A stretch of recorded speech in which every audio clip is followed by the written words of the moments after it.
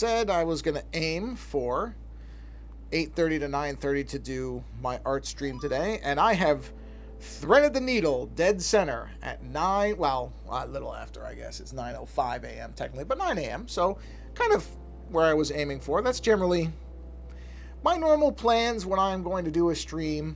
Usually end up 15 to 30 minutes behind where I plan to start, so not exactly out of character, I guess. So anyway, I'm just doing a couple of posts of the of the stream in a few places, and then we'll get going. So hopefully this will allow some people who do not normally get to catch the stream to be able to see it, because I do know that there are many people in many different time zones. So I am trying to accommodate where I can some people who don't get to see these live.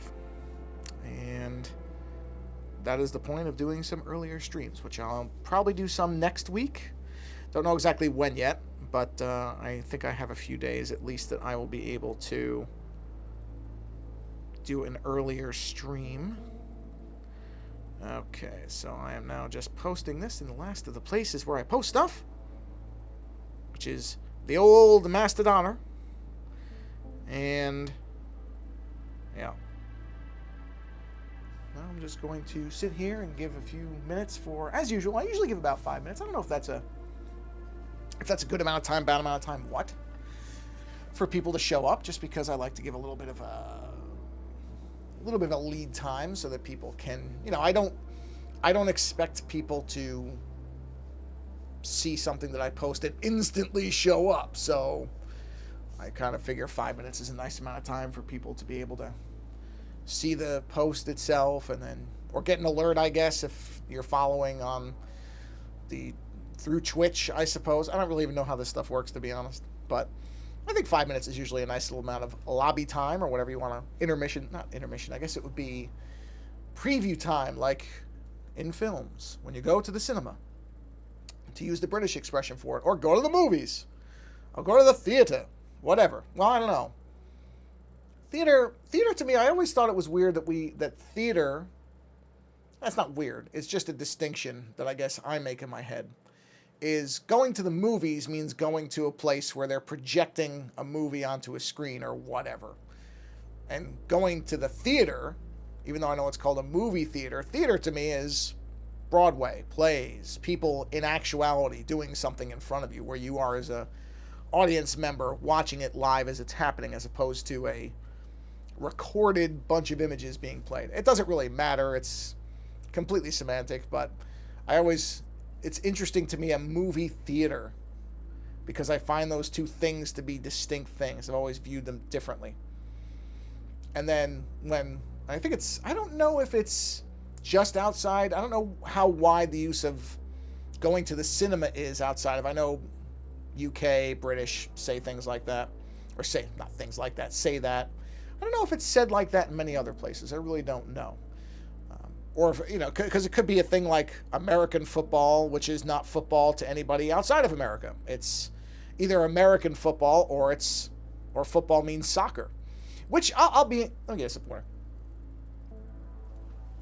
That has always been something else that I have found odd, is why we chose to call the American sport of football when feet are so rarely important to that game.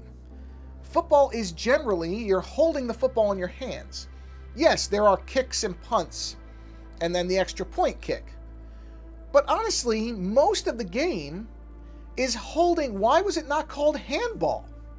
I know handball is its own sport, but it makes far more sense to call American football handball, since in America we call football the same thing as in other countries, the same name for a sport is something different. Why not just call it handball? I know there is handball, but it just doesn't make any sense. It's just such a bizarre thing.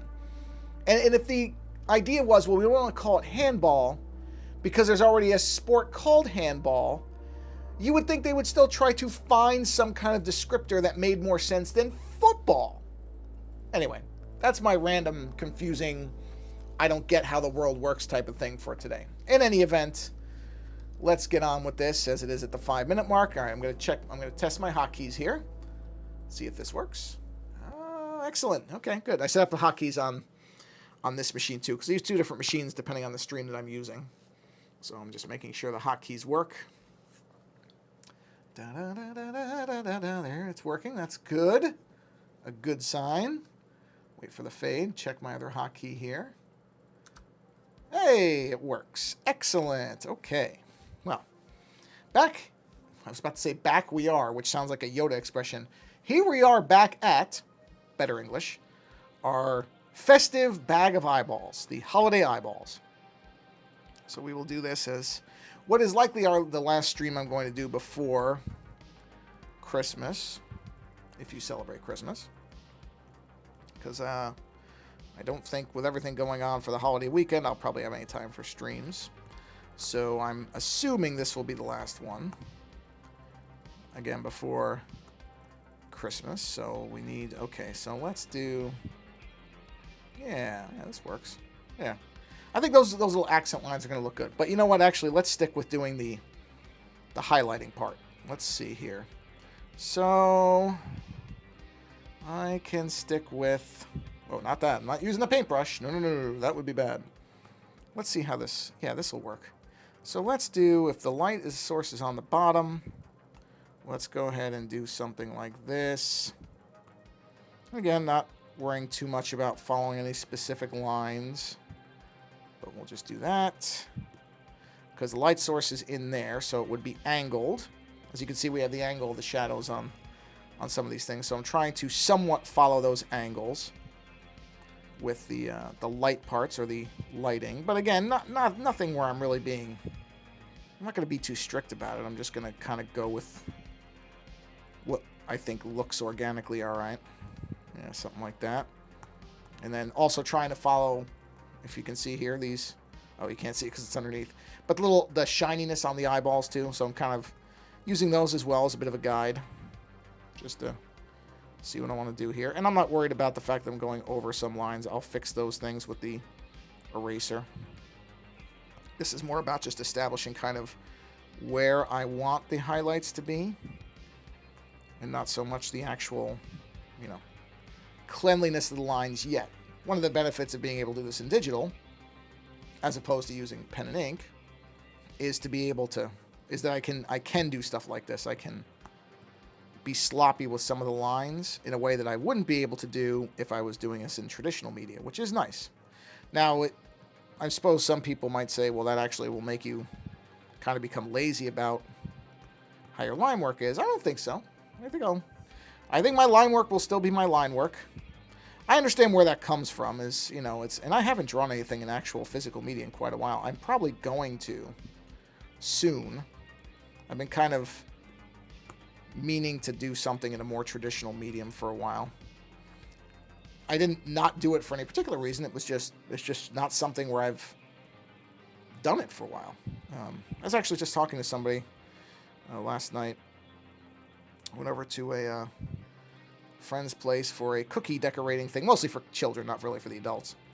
And person I know over there who's also an artist was asking me where my ideas come from, and I'm like, man, I don't know, because I don't know. I get it. That's a very, very, very common question that creators get: is where do your ideas come from? And the reality is, I really don't know. I don't know that a lot of it is just random stuff. I'll just see random shapes and have an idea.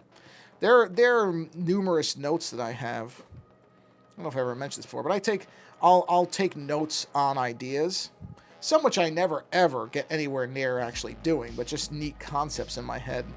I've had one that forever that I've been meaning to do and just have never gotten around to really figuring out how it would look. That is sort of a joke on, and this is one of those things too. For me, a lot of the ideas that I have that I think are kind of funny or amusing, I don't know whether they would actually work for most people. They might not, but here's a good example. For anybody who's ever watched the Twin Peaks television series, which is a series I dearly love, in season 2, there is a scene, and I apologize if this is a spoiler for people who've never seen Twin Peaks, but at this point, it's been a while, so if you haven't seen it, come on. then you're probably not going to see it, is what I'm getting at. And this isn't really a tremendous spoiler because it doesn't really give away what's going on. It's just sort of a scene.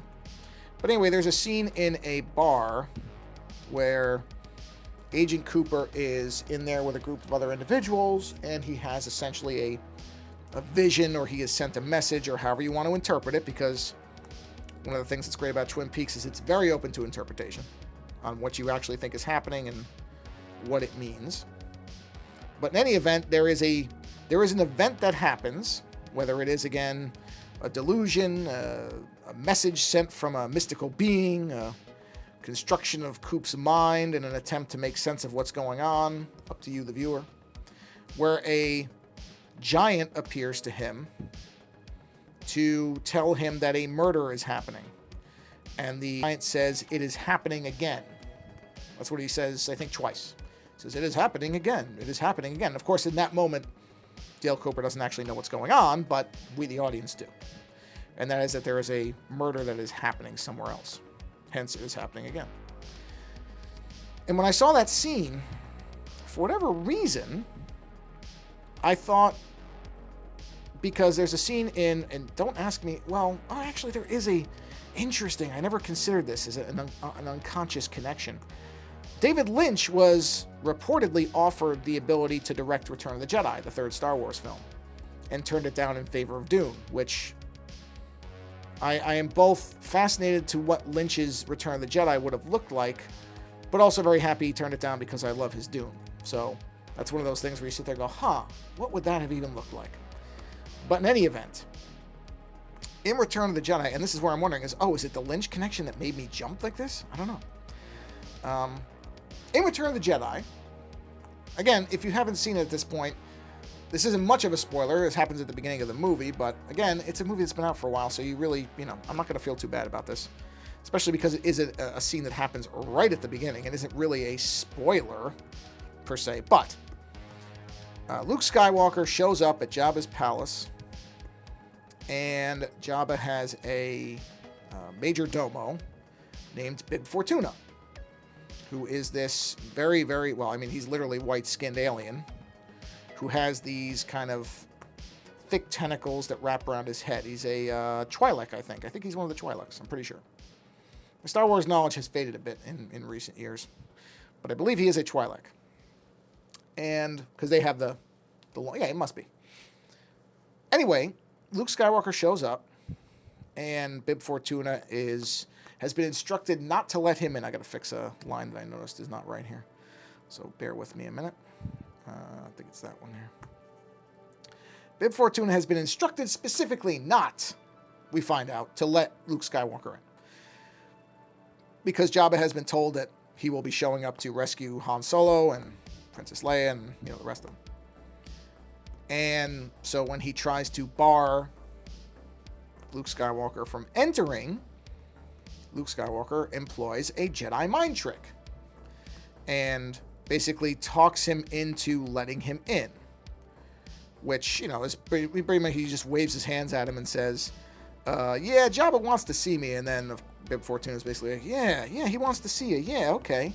And lets him in, and then, Jabba gets very upset because he understands correctly that Bib Fortuna has been, he's used the Jedi mind trick on him. And so I had this thought, because, they don't ever get into what the Jedi mind stuff does to beings it's used on, but you would imagine that whatever is done probably is not something that just fades off. It is probably something that, is, I don't know, traumatic might be the right word. It is a violation of someone's mental space. And no matter how gently you do that, Bib Fortuna would certainly have realized, because there's one of two things that happens. Either, it doesn't appear that this is the case, because it doesn't seem like the brainwashing, or whatever you'd like to call that Jedi mind trick, doesn't seem like that's permanent. It appears that Bib Fortuna gets his mind back, because then later he's with Jabba again, and he's delighting in Luke Skywalker potentially being killed along with his friends, which doesn't seem like it would be the act of somebody still under the effects of the Jedi mind trick. Which leads me to think, okay, so this thing isn't permanent. It fades off. It's not a permanent brainwashing or whatever. It's a temporary thing. And so I'm like, I thought, well, what would that be like for the person who's had their mind tricked? You know, what would their existence after that particular event be like? Would they be haunted by it? Would they relapse or have flashbacks, that type of thing? Seems like they probably would. And so in my mind, I had this vision of Bib Fortuna in the Roadhouse cafe, or the Roadhouse bar from Twin Peaks, on the stage, saying, like at the microphone, like the giant was, saying, "It is happening again," and at all the tables in front of him were Luke Skywalker's waving their hands because they were tricking him. And it was just this really strong visual to me. I don't really know why, but it wouldn't necessarily be the bar from the show. It would almost be a Jabba's palace kind of bar, the stage almost where the musicians play. And I don't know why, but that image has been stuck in my head for a long time with that, "it is happening again" phrase. And I wrote that, literally, Bib Fortuna on stage saying "it is happening again." I wrote those notes. I have them, I think they're on my phone somewhere. Or I sent myself an email with it to keep that in mind. I have no idea how to actually realize that, but that's just that's an example of stuff that I think of. And it's in there. And I that still to me seems like an appealing thing to do at some point, but I really don't know quite visually how I'm going to do it. But at some point, I'll probably do it. So that's how ideas come to me. Or, and this is of course probably the most cliched and sort of obvious way possible, sometimes I just see visuals in ordinary things. I was walking along at one point, the road with my wife, and there was some kind of, I don't even know what it was. I guess it probably was plaster because of the way it was on the ground. But there was this pool of plaster that had hardened. And it looked like a face to me. It looked like a face that had been sort of partially skinned. So almost like a Cenobite type of thing, but a very monstrous version. And so I just did an illustration, very simple kind of profile face based on that plaster that was on the road. The equivalent of looking up and seeing a sheep in a cloud. That's all it was. I just saw this plaster and it looked like a face, and so I basically took a picture of it with my phone and then used that as a reference point to make this image of a face that had part of its skin ripped off. Why did I see it that way? I couldn't tell you. I really have no idea. No idea. But nonetheless, that's where it came from. So I don't know how everybody else gets their ideas, but that's how a lot of mine come, is just out of randomness or jokes or something that seems like an interesting concept, and then I make it into something. That was the image I did recently of Alex Battaglia from Digital Foundry as a patron saint of games not stuttering. That just came from the fact that it seemed like a funny image. His distaste for games that have stuttering frame rates or frame drops or imperfections seemed like a thing that you'd almost have him as an invocation against stuttering. It just struck me as funny, and that whole image came out of that. Not for any particular thing that was ever. I don't think there was ever any explicit mention of anything like that in any of the, because they have a YouTube channel obviously where they post their stuff.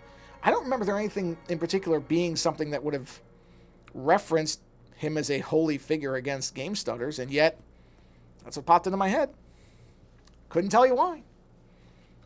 Sorry, I was just blowing some dust off the iPad there. So that's where it comes from, which I don't know if that's common or not. Because for some artists, I think a lot of it comes from studies. There's a lot of people who do portraiture, and you see them do. There's an artist named Vanessa McKee, who I follow, and I think Twitter, and I think she's also on Mastodon. She's a big fan of movies, and she will illustrate scenes from movies. Like, she did a really, really beautiful, if you want to see it, it's really, look up Vanessa McKee, MCKEE, an image of the lighthouse. The Robert Eggers, I think, is the director's name, but it was Robert Pattinson, I can never remember, and Willem Dafoe. Basically, it's really just a study in madness, but it's a movie that came out, well, several years ago now, I think. That was very well critically received. Oops. And she did this image of Pattinson's face and Dafoe's face, and then the lighthouse itself and some tentacles coming up. Beautiful image. And I think she did it in watercolor, which her command of watercolor is, I can never get watercolor just isn't my thing. I've always struggled to command watercolor. It's just not, it's not a strength of mine. It's amazing I can do oil painting, so I have to blow more dust off. I don't know where it's coming from. But in any event, that's a beautiful image. So in her case, it seems pretty clear that it's films and ideas from films and certain imagery, visuals. I was conflating visuals and imagery right there. Visuals from film, along with character studies, portraits. And she's really good at capturing faces. I mean, I once in a while I can manage to get somebody's face right, but it's generally a rarity. And certainly not with any of the detailing that she can do. My stuff, I just aim for the broad strokes to be right. I don't really try to get too far into the details of faces because I'm just not that good at it. So, I'm trying to think. So, probably for each of these eyes, probably the top of the fold would have highlights to it. So, we'll go ahead and do that to an extent. Yeah, that'll work. So, we'll do some shininess there. Yeah, there we go. Give it a little bit of depth, and then we'll do the same thing with the dark side. Not of the forest, just the dark side on the bottom. So I'll show you what I mean. I think that makes a lot of sense to me. So we'll do this. And we'll ridge the bottom because this part would be darkened. There we are. Yep. Okay. Yeah. I like that. That is good. I'm generally not great with, well, I shouldn't say light and shadow. I'm okay with light and shadow, but usually color with light and shadow is not necessarily something I always feel I have a good command of. But in this case, I feel like I'm getting where I want to go. So that's a positive. Where are we here? We're figuring about an hour stream today. That is my goal. Oh, not white. What am I doing? Not white. No. Go to the light layer. Get the light color. Wrong color. This color for that layer. I got lost in myself for a minute. Alright, so yeah, we'll do the highlights on the... Yeah, I like that. That, I think, looks alright. Yeah, so it was interesting when this individual was asking me, and I basically came up with the answer, because I really don't. I don't have any... Some artists, I think, have inspiration points, things that they can see and do that inspire them. I don't really have anything like that. I just sometimes see things that give me an interesting idea for whatever reason. But there's not really even any consistency to the themes of them. It's not something I can point to and say, well, it's always... Where's that coming from? There is a little speck of something there that I want to get rid of. You can see it if you're looking at the screen. Yeah, you can see it. It's above the shadow line. And it's bugging me. So it has got to go. Where is it, though? Shadow lines. Okay. Is it this one? Is it this one? It's this one. Okay. Let's go ahead and get rid of that. There we go. Little things that you don't really notice until you're zoomed way inside. But once you see them, cannot be unseen. Okay, so... Oh, wait a minute. Yeah, that's not quite right. No, leave that, but this has to go. I wasn't using the eye reflection as the proper guide there. So let's get... Is that the lighter color? It's not. So let's grab this. Okay, there we go. Use the eye as a guide. Use the eyes as guides. It's kind of... I imagine most people... Or I shouldn't say most people. I think there's a lot of artists who don't really know where their ideas come from. kind of the magic of it, is that sometimes things just take you by surprise. And I think that's probably true of everything. You know, I never really asked Lando, my co-host, where... I should ask him on the next show. Do you know where your ideas for books come from? Because, you know, I know he's kind of like me in that way, where he has tons of, you know, books that he started writing and then hasn't really gone anywhere with, but has gotten the basic idea down. Which is the same thing, you know, the inspiration point. And some of that, I'm sure, is just... With writing, I would imagine it's things, ideas that you see in other art that you go, huh, interesting. If I was going to do a version of that or explore that idea, how would I do it? And that's where stuff like writing would come from.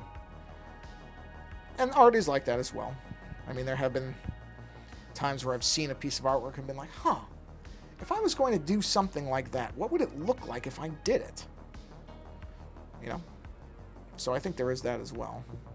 And this is going to be a tricky bit here because I'm kind of going to have two different shadow points, or sorry, highlight points. Okay. So I'm also going to have a layer. Where is that layer? Yeah. So also what I want to do is a little bit of, I am on the wrong layer. There we go. A little bit of this to do some highlighting too. See where it kind of builds up into the, not for those are too far up. But for some of these, I do want to have I'll just erase in the highlights as opposed to putting a color on them. Because there would be highlights in here as well. That would probably go about to there. Yeah. That I'm okay with. Yeah. Yeah, that's good. I'll be doing the same type of highlighting thing inside the purples too. Because it really wouldn't make sense that the eye sacs or eye sockets or whatever wouldn't have that too. So, okay, let's see. We're going to do some here. Try to follow that eye pattern. There we go. Yep, there we go. And right about there. Looks good. Yep. Again, these are all just to kind of emphasize the eye highlights, or the lighting highlights. Doesn't have to be totally accurate, but, you know, something. Accuracy is not really a highly important thing in an image like this. This is not meant to be realistic, so... But it's nice to just have little touches, little detail touches like this. You know what? We'll just go right from here, and we'll just fold this in and bring that over. There we go. Very nice. I think that's probably all I have to do as far as erasing. So now we're back to, okay, let's get back to this layer. Select that, jump to that layer, and now we'll go back to our highlights this way. Highlights on top of color as opposed to erasing or removing color. Yeah, I like that. That's okay. That's good. We'll start this one here. Come up and around. So again, all we're doing here is just forming some highlights without too much concern on, you know, a lot of accuracy. But you see what it starts to do. You start to get this kind of idea of separation, even within what is admittedly an extremely cartoony image, which again is not meant to be realistic. But not realistic doesn't mean you can't have some elements of what would happen in real life. It just means you're not really bound to it, which is nice. You kind of pick and choose what you want to matter in a cartoony image. Maybe that's why I like cartoony images so much. I'm not really bound by having to have everything look the way it should be, because otherwise my shortcomings as an artist would be very evident. So cartoony stuff sort of masks that. You can just be like, it's meant to be cartoony. Don't worry about it. It's not a big deal. Which is not me saying that cartoons are not art. They are. But at least for me, they do allow a little bit of latitude away from having to worry about accuracy in certain details. I can really just kind of do whatever I want, which is fun. Creativity should be fun. Should be a good time. So whatever allows you to get to that point is completely valid. interesting. I'm just looking at. So if the lighting was coming, yeah, the eye sockets are going to be the opposite. That's interesting. Yeah, when I originally envisioned this, I never was thinking about shadowing or anything like that. So doing that now is kind of, I'm just reassessing the whole thing. Which is good, because I really thought this was going to be kind of a throwaway image. Honestly, I was like, oh, okay, this is not going to be anything really special. It's just a way to kind of do a stream and get used to it. But the more I do this thing, the more I kind of like it. For whatever it is. You know, it's working out. Okay, so let's jump back to this layer and go back to the brush as opposed to the eraser. And I'm not going to worry about that too much. So that one, we'll start that one here.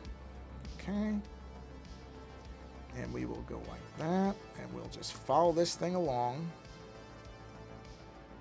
It was funny, that same person I was talking to, who's also an artist and also is, you know, trying to figure out, because I think one of the things that's, at least to me, seems like it's tough for artists who don't have big name stature or aren't working for, that don't have some kind of connection in the art world, is trying to figure out how to have your stuff break through.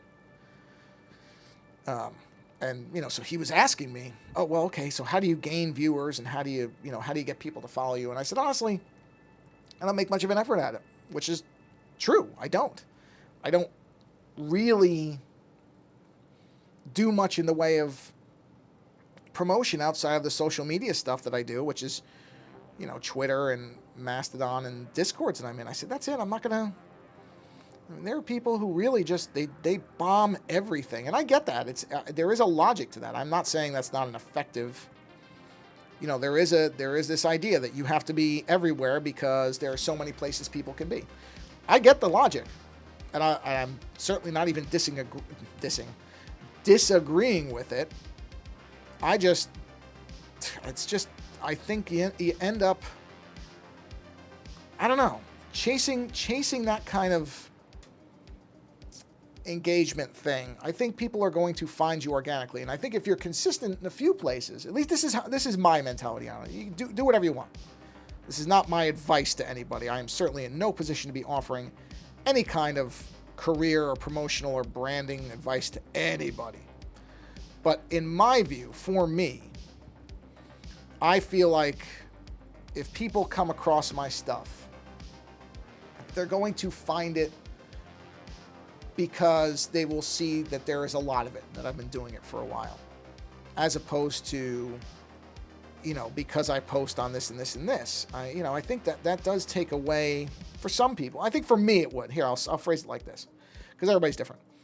I think for me that would become, I would be relying too much on that as a evaluation of whether my work was being quote unquote successful or not.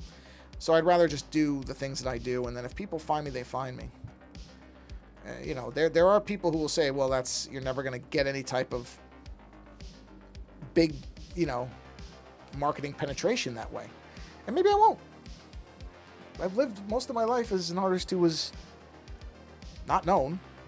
So it's not an area I'm uncomfortable with. But yeah, I having to have Instagram, and it's kind of like when people, when Twitter first started, after Elon Musk purchased Twitter and people started running from it, or some segments of people started running from it, and then you saw, oh, well, I'm going to open a Hive account and a Mastodon account and this and this, and it's like, whoa, okay.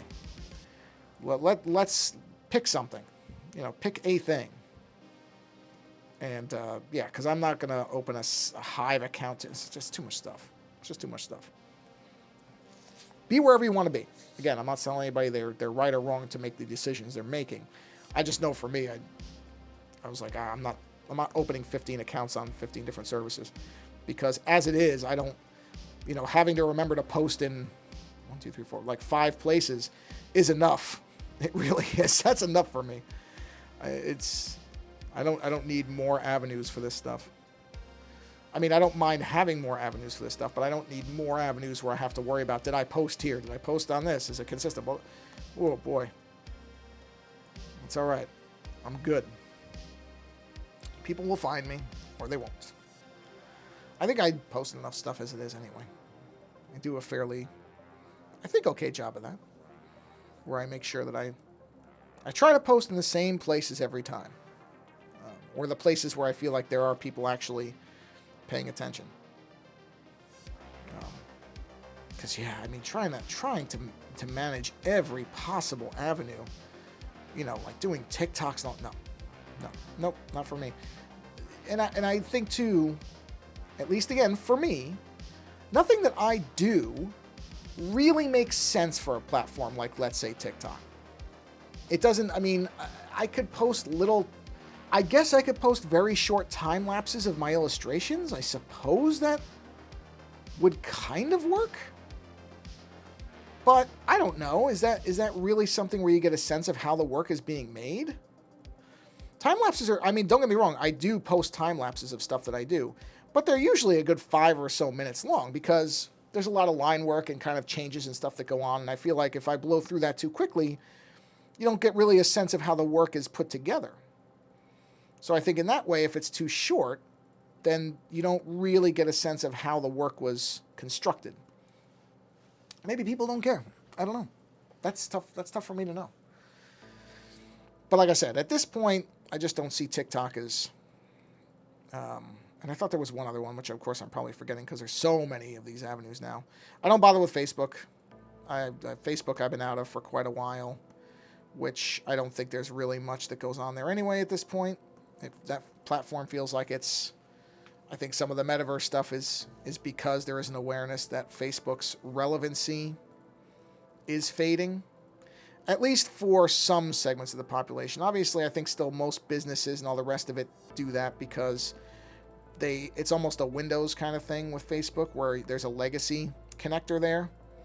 Some people, they only use Facebook, which tends to be now older people, but Place doesn't want to give that up, so they still need to maintain a presence on Facebook, even though probably from an actual, visit, and I'll use the terrible term, engagement perspective, it's probably not really giving them much anymore. They'll still do it, they'll still use it because they kind of are expected to be there as opposed to actually getting a benefit from it. So there is that. But that's what I mean, as Facebook is not something I need. There is a Facebook account for our show. I left the podcast thing there because really it's not costing me anything. And I am pretty sure, I have not looked at it in quite a while, but I'm pretty sure, outside of literally just, I go in to make sure nobody sent me a message. Some people I know communicate via Facebook, so I do like to just jump in there and make sure that I haven't missed any messages, about potential show stuff, anything like that, or if somebody... is actually trying to get in contact with me and doesn't have another avenue available to them. It's possible. But outside of that, I don't really use it and have not used it in quite a while. Certainly for anything other than that. And I think the show still posts there. Did I go too far with that? No, I'm okay. We're good. Let's do this. Let's have it like this. But yeah, I look at Facebook now as kind of a legacy platform where I don't think there's not really much space for growth in it anymore, which is why they're trying the meta thing, which, a lot of people are confused as to why they're sticking with that when they've lost so much money. And honestly, I think it's because they don't know what else to do. I don't think Facebook has another strategy. I don't think they know. Sorry about that. It's just an alert from my phone. I don't know if Mike picked that up or not. But it can be a little shrill, so sorry. I don't think they know where else to go. I think they looked at the fact that Apple is most likely moving into AR, VR of some sort. And they figure, well, if Apple's looking at it, there's got to be something to it. We don't have any other ideas on how to get people invested anymore. Let's try it. And honestly, and it's strange for me to say that I actually think that Facebook is right in what they're doing. A lot of people think they should just abandon the metaverse thing. Now, don't get me wrong. I don't think their implementation is particularly good. I don't think it's going to be the future of the company necessarily. But at the same time, when you pick something, you have to do it. So I understand why they're not abandoning it, because I don't know that they have another idea. And so if you have only one idea that you think can work, then you have to invest in it. What it will result in, I don't know. I really think that this is pure speculation. I base this on no inside knowledge, knowing nothing. But I would not be shocked. I'll put it this way. I would not be shocked if Mark Zuckerberg leaves the company in the next 5 years. And it may not even be that long. Honestly, I think the writing has to be on the wall as far as what the company's future is and whether it really has one as a influential company, I guess I would say. And I think once that recognition that probably not is the answer, I think you might see Zuckerberg step out and say, okay, there's nothing else I can do here. I built the company up. It worked for a while and that's it. And it's done.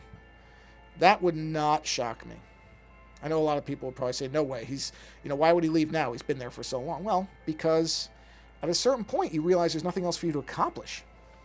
He doesn't need the money, and while I'm sure he doesn't, I wouldn't say he doesn't care about the company. He did build it, but at the same point, or at the same time, I should say, do I think that that's going to matter at a certain point to him? Probably not. And whether he's, goes into philanthropy work or tries to found something else, I don't know. But I just don't think he's going to stay at Facebook for all that. Plus, there's all the regulatory stuff going on, lots of investigations. At some point, I imagine, you just sit there and go, this is not fun anymore. If it even is, and this isn't worth the effort anymore. It's not as if the legacy of the company won't be recognized, and good or bad, his association with it will be part of that. But yeah, I would imagine at some point you just go, okay, yeah, I've done enough of this, and the runway appears to be running out. So rather than stay on the plane when it wrecks, I'm going to get out now. Would not be shocked. We'll see. He may stay there forever. Maybe it's an ego thing for him, and he will think till the very last minute that he is the person that can salvage the company's current state. I don't know. But I look at the metaverse thing, and while I don't think it is going to be the great savior of the company that I think maybe he did, I understand why they're not just abandoning it.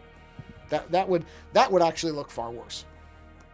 At least staying with it, even in the face of obvious failure, does indicate a sincere belief, and maybe it is sincere. Indicated, performative or not, it demonstrates that you believe in whatever that initiative is. So you have to give it that. Whether, like I said, that's going to pay off in the long term, I am skeptical. I don't think AR, VR is ever really going to be the thing that a lot of people think it is. I think it will be significant. I think it'll be important. I think we will see really neat stuff in the space. But I think there has been this idea for a long time, and there still is, that AR, VR is this huge thing in the future, this huge part of the future. I don't know. It's come and gone too many times without really having the impact that it's been designed to.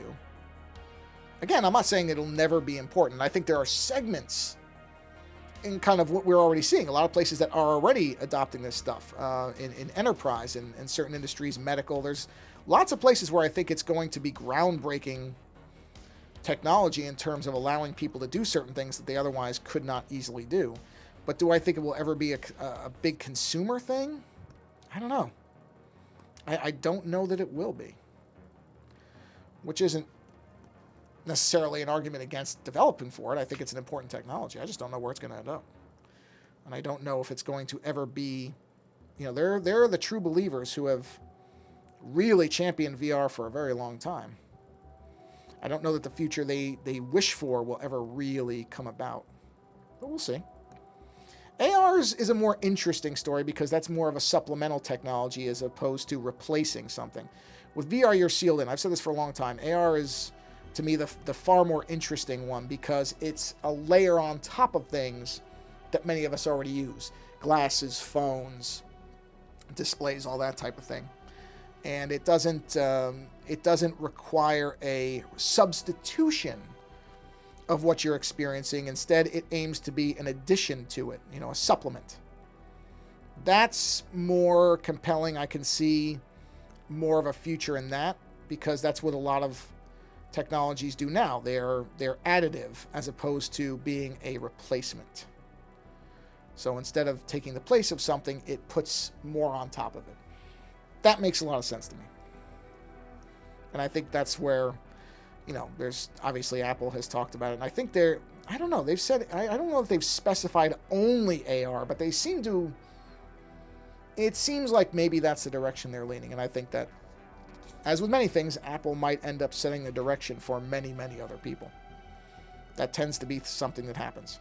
You see, Apple goes there first, and then other companies follow. It's happened with many things. So if, in fact, their big goggles or glasses or whatever it ends up being that gets announced, whenever it ends up getting announced, because we really don't know, if that is, in fact, AR heavy, then that's where everything's going to go. Which doesn't mean that the same headset couldn't support VR in some aspects. So they may say it's for both. But generally, I think we'll get a sense of what they actually believe in when they make that announcement, based on what they show off. That's when I think you'll have an idea of what the company actually thinks is the right use for it. So if you see that most of what they're showing off is AR specific, that tells you they think that the actual future of it is the AR part. If it ends up being a 50-50 mix, that's more interesting. We'll see. I really don't know what it'll be. I don't work at the company, and I'm not on the teams that are developing it, so I'm purely saying this as an outsider that is guessing and is likely completely wrong, but that's just how it feels to me. So, we shall see. Where are we? Oh, 45 minutes. Not bad. Not bad. Almost every time I do a stream, I sit here and go, am I really going to be able to talk for a while? And perhaps frighteningly, I always seem to be able to do it. Okay, so let's see here. Let's do the shadows here.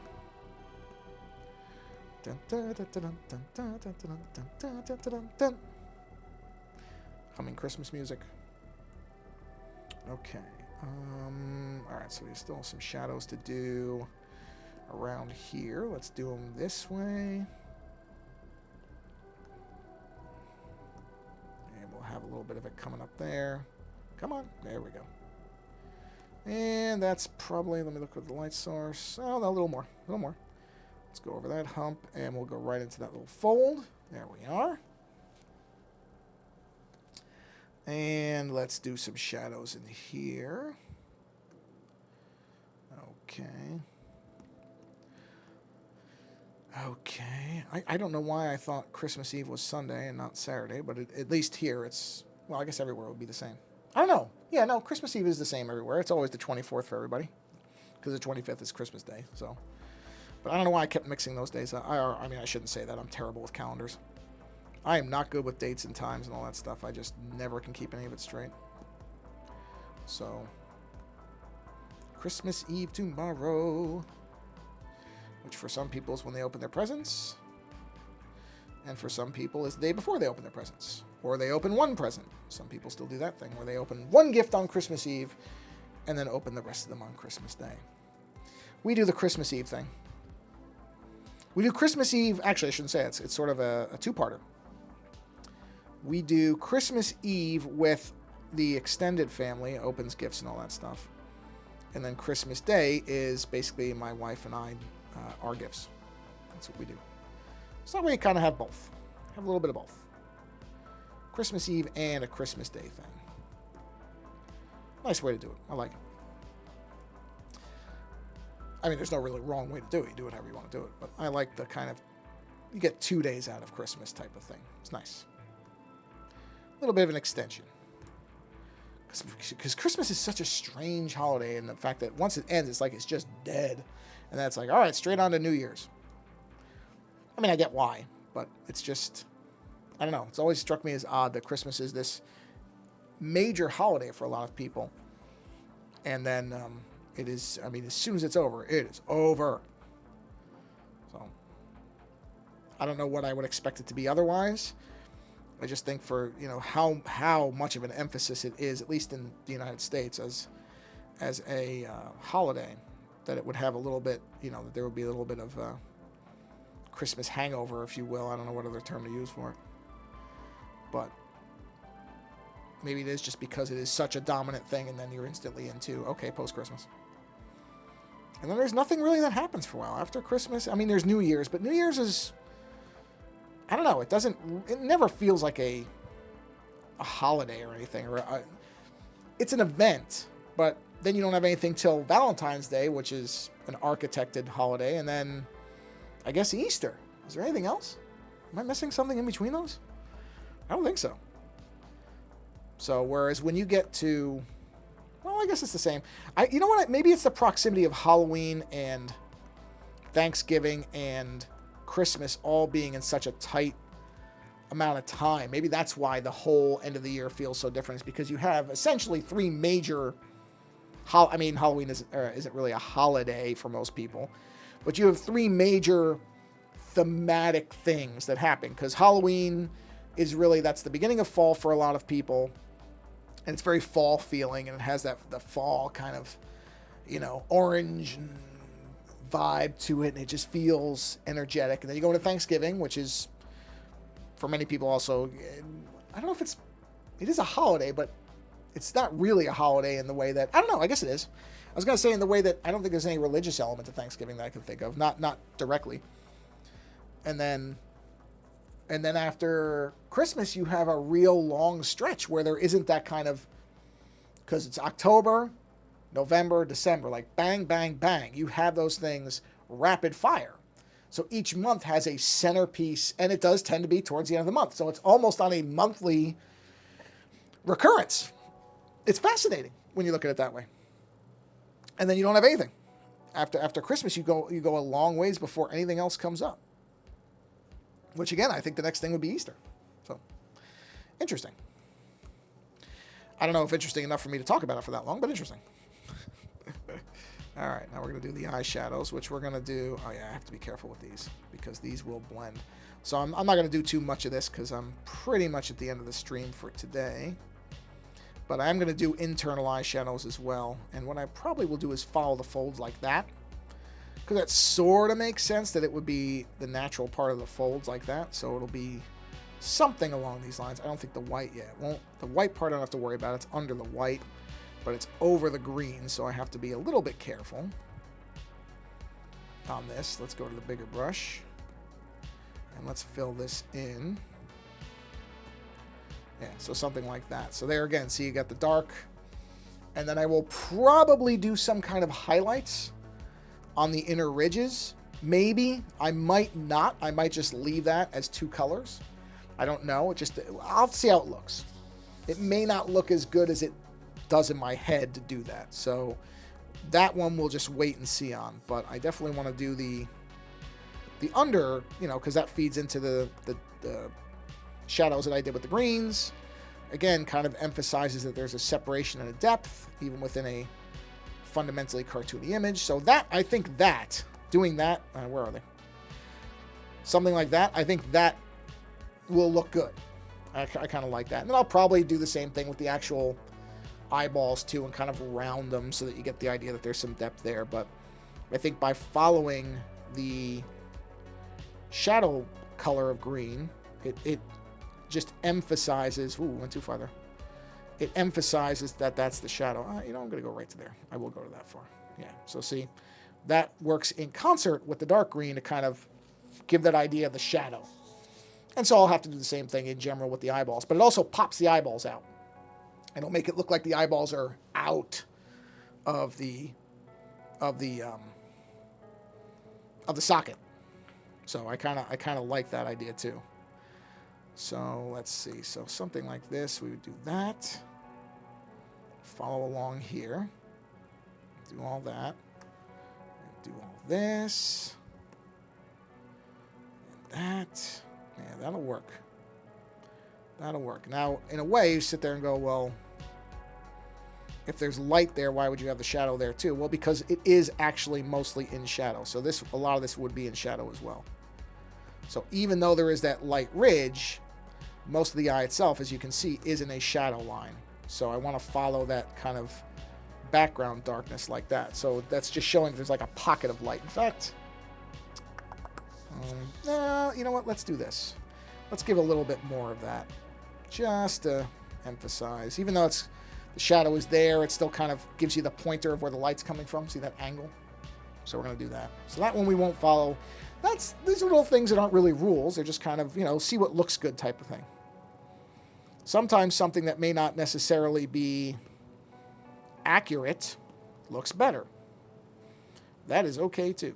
That again is one of the things that you get when you do a cartoony image, is it doesn't have to be highly accurate. Well, you know what? I think I'm just going to bring it to I'll do the one more eyeball. I'll get this. I will finish this section. And then I think that will do it for the stream today. So as I wrap this up, I hope anybody who is celebrating Christmas has a very nice holiday. Here, let me drop the background out. That is our image thus far of our eyeballs, which I think is actually going to come out to be a pretty neat image once it's done. Taking a lot longer than I thought because I'm doing more detail work to it than I expected to. Which is great. I don't mind that. Anyway, yeah, I think that's... Ooh, let me test my hotkeys. Hold on a second. So hotkey should be, let's see, to fade back should be this one. Excellent. So yeah, on that note, I hope that everybody has a wonderful holiday if you celebrate. Or just a break if you've got one of those from work or whatever. Usually people get some amount of little time off, hopefully, from work around this time of year. And I will do some more early streams next week at some point. I don't know what days yet, but I will aim to do that. And yeah, I think that's it. So have a wonderful holiday. Create something if you have some time off and you've got some free time for the break or for whatever. Create something, have a good time with it, holiday themed or otherwise. And if you're traveling, I hope you have safe travels and get to see family and friends. Have a great holiday. Again, I forgot to put a little Christmas hat on my guy. I got to remember to do that. It's just a little comical one. In any event, have a wonderful holiday in any way that you celebrate it. Thanks for stopping by the stream, and take care.